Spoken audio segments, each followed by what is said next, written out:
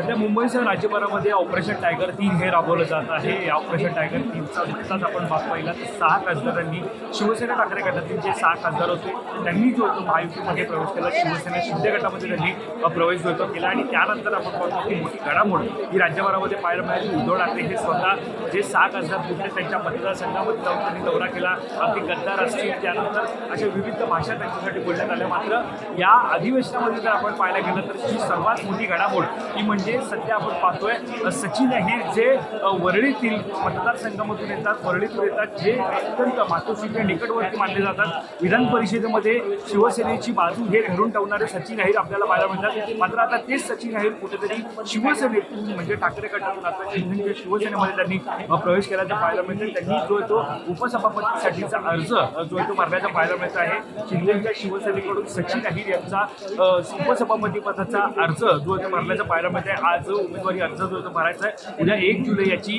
निवडणूक जी ती पार पडणार आहे उपसभापतीसाठी आणि त्या निवडणुकीच्या पार्श्वभूमीवरती हा जो सध्या अर्ज त्यांनी भरलेला आहे अत्यंत महत्त्वाचा मानलं जात आहे। फोटो सुद्धा त्यांचा जो समोर आलेला आहे। या सगळ्यामध्ये आपण पाहतो की जो फोटो सध्या समोर आला तो म्हणजे एक मोठा तंत्र पाहायला मिळतं। कारण ज्या प्रकारे आपण पाहतो की ऑपरेशन टायगर 3 हे सुरू आहे, सातत्याने धक्का हा शिंदेच्या शिवसेनेकडून ठाकरेंच्या शिवसेनेला दिला जात आहे।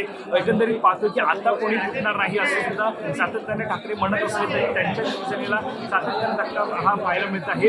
वरळीतून म्हणजे ज्या ठिकाणी शिवसेनेचा बालेकिल्ला मानला जातो, मराठी मतदार शिवसेनेचं मतदार ज्या भागात आहे त्याच ठिकाणी आता शिवसेनेकडून ठाकरेंचं जे खंडार फोडण्याची सुरुवात केलेली आहे। ठाकरेंचा एक जो मुंबईतील साधारणतः शिलेदार होते आपण पाहतो आमदार जे होते ते फोडल्याचं पाहायला मिळतं। जे विधान परिषदेवरती खरं तर होते त्यांचा एकंदरीत आपण पाहतो की त्यांना शिंदेच्या शिवसेनेकडून फोडण्यात आल्याचं पाहायला मिळत आहे। त्यांनी हा फोटो जर तुम्ही पाहिला या ठिकाणी या फोटोमध्ये आपल्याला रितसर पाहायला मिळत आहे सर्व की एका बाजूला आपण पाहतोय की चंद्रकांत दादा पाटील आहेत, त्याच्या बाजूला सचिन अहिर आहेत, नीलम गोरे आहेत आणि आपण पाहतोय मनीषा कायंदे आहेत। त्यांच्या उपस्थितीमध्ये हा अर्ज जो आहे तो भरला जात आहे, उमेदवारी अर्ज जो आहे तो भरला जात आहे। कधी सचिन अहिर यांचा प्रवेश होणार हे सुद्धा पाहणं महत्त्वाचं आहे। मात्र त्यांचा प्रवेश झाल्याचं जे आहे ते सध्या माहिती समोर येत आहे, सध्या बातमी जशी समोर येते त्यामुळं अत्यंत ही महत्त्वाची बातमी सध्या विधिमंडळाचं पावसाळी अधिवेशन सुरू आहे। मात्र या अधिवेशनामध्ये कोणत्याही प्रकारची कल्पना ही नव्हती।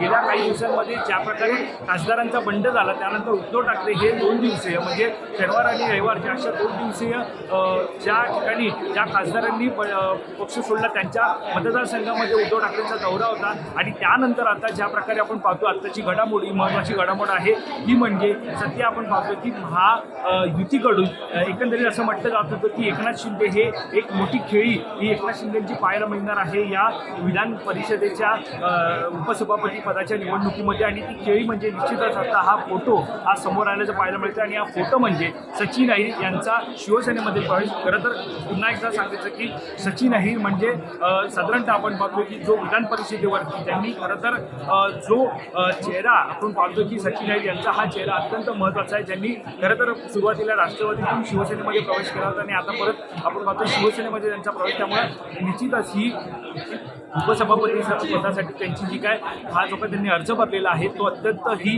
मोठं मानलं जाते। कारण या शर्यतीमध्ये कुठेतरी स्वतः मनीषा कायंदे असतील, कृपाल तुमाणे असतील हे सुद्धा होते। मात्र आता आपण पाहतोय की या सगळ्यामध्ये म्हणजे जे विधान परिषदेमध्ये शिंदेच्या शिवसेनेचे जे सदस्य आहेत त्यांना डावलून जे ठाकरेंचे जे शिवसैनिक आहेत म्हणजे सचिन आहेत त्यांना पक्षात घेऊन त्यांना उपसभापतीसाठी ही जी काय जागा आहे आणि त्यांना जी सीट आहे ही दिली जात असल्याचं पाहायला मिळते। त्यामुळे निश्चितच एकंदरीत पाहतो की आता या सगळ्याकडे भाजपचं काय मत असतं। कारण महायुतीकडून जरी शिंदेच्या शिवसेनेकडून सचिन अहिर यांनी अर्ज भरला असला तरी ज्या प्रकारे नाशिकची निवडणूक झाली ज्या ठिकाणी शिंदेच्या शिवसेनेचा उमेदवार होते नरेंद्र दराडे यांना मात्र त्यांच्या विरोधामध्ये अपक्ष गोकुळ गिते यांनी अर्ज भरला होता। त्यामुळे जी खेळी नाशिकमध्ये झाली तोच प्रकार या ठिकाणी विधान परिषदेमध्ये होणार का? ज्या प्रकारे पक्षप्रवेश करून सचिन अहिर यांना ज्या प्रकारे उपसभापतीसाठी जी काय अर्ज त्यांनी भरलेला शिंदेच्या शिवसेनेकडून त्याला विरोध म्हणून भाजपकडून काही वेगळी चाल खेळली जाते का हे सुद्धा पाहणं महत्त्वाचं आहे। मात्र महायुतीकडून सध्या त्यांचा अर्ज हा मुख्य मानला जात आहे। मात्र त्यांचा अर्ज हा जरी मुख्य असला तरी आता नेमकी महायुतीची भूमिका काय हे सुद्धा पाहणं तितकंच महत्त्वाचं ठरणार आहे। दरम्यान या सगळ्या घडामोडीवरती आपलं लक्ष असण्याचं या संदर्भातली अधिकची माहिती जाणून घेण्यासाठी तुम्ही आपलं महानगर लाईव्हला सबस्क्राईब करायला विसरू नका। धन्यवाद।